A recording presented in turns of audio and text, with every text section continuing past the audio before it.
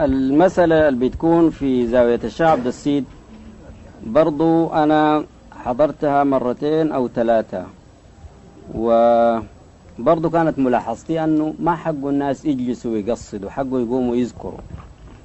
وتكلمت مع شيخ يوسف بله مرة فيها، وحتى شيخ يوسف دخل عليهم وزي اللي حصلت حركة قيام ليذكروا. نحن عندنا في أم درمان الذكر في قبة الشيخ حمد النيل، كنا بنمشي له كثير وبنجد فيه متعة كبيرة، ولا نزال بنجد متعة إذا حضرناه، لكن ما أصبحت عندنا الفرص القديمة لأنه الإخوان بيجوا بكون يوم الجمعة كله مشغول. بنجي نقيف مثلا في الحولية أحيانا، حصل في حولية حسن مجذوب أول ما جده حولية بيعملوها ناس حسن مجذوب لجده الشيخ مدثر الحجاز. لما مشينا مجرد من ابتدي الذكر هناك بالنوبة بنخلي المديح هنا ونمشي لغاية ما صفينا الذكر حتى جينا. فالقصيد شيء والذكر شيء آخر. إذا كان الناس بيذكروا إذا كان بالطارات أو بالنوبة ده بيكون في خير وبركة فيه. وحالة الذكر وحالة الجماعية في الحضور وحالة الطبول والتوقيع بالمسائل اللي عندها تجاوب مع القلب والقلب يتجاوب معها، رنة الطبول ورنة الطارات دي نفسها. بعدين منظر الناس اللي بيحاولوا يجسدوا لا إله إلا الله بحركات جسدهم. الذكار ديل فيهم ذكار طيبين جدا ومروحانين، وتبص تلقى أنه حركة جسده تقول لا إله إلا الله بالحركة دي. ومؤكد بتكون في روحانية كبيرة تتوقف بطبيعة الحال من حلقة لأخرى ومن شخص لآخر.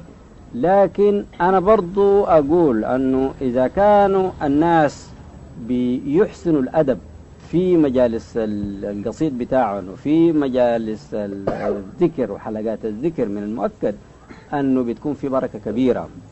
هي برضو من أنه الطرق ماشية لينسحب النور منها قليل قليل، لكن زي ما قلنا لا يزال في بقية نور فيها، ودي دائما كنا بنقولها. والسيد أحمد بن إدريس لما قال عنها قال تزحزحت أبواب أهل الله، تزحزحت أبواب جميع أهل الله للانغلاق إلا باب محمد. والعبارة عرفانية، يعني العبارة العرفانية أصلا بتكون معنى مجسد، ما قال انغلقت. يجوز لو كان شاعر جائز يقول انغلقت الأبواب لأنه الاتجاه للمبالغة، لكن هو عنده تزحزحت. والباب لما نتزحزح زي لو كان بيشوفوا الباب يعني سي كرب يمر كده، دي معنى تزحزحت يعني تحركت وبتنقفل قليل قليل. لا يزال في الطرق شيء من الأنوار، لكن العارفينها واللي بيعملوا أوراد شاعرين بأنه ما أصبحت زي زمان.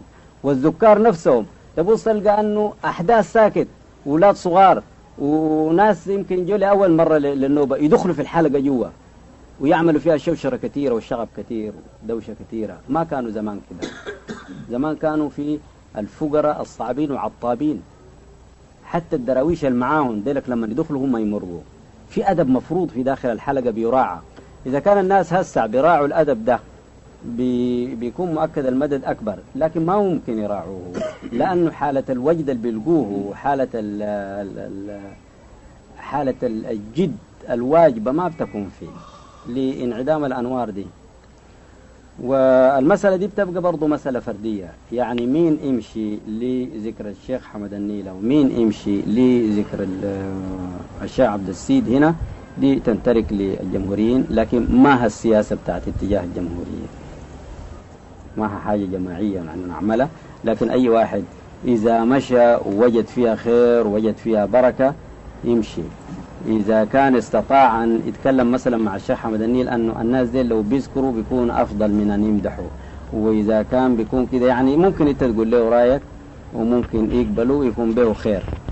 لكن ما من شك أنه حلقات الذكر اللي بتقوم بالنوبة هسه خصوصا الطريق القادري، إذا نحن برضه قلناه أنه الطرق كلها مددها أقل من الطريق القادري في الوقت الحاضر، ودي برضها لسبب عرفاني في أنه الطريق القادري أول طريق مرق من الطريق النبوي، وهو راح يكون آخر طريق يرجع بعد ما تنقفل وتنغلق الطرق كلها، يظل هو فيه مدد وفيه خير برضه.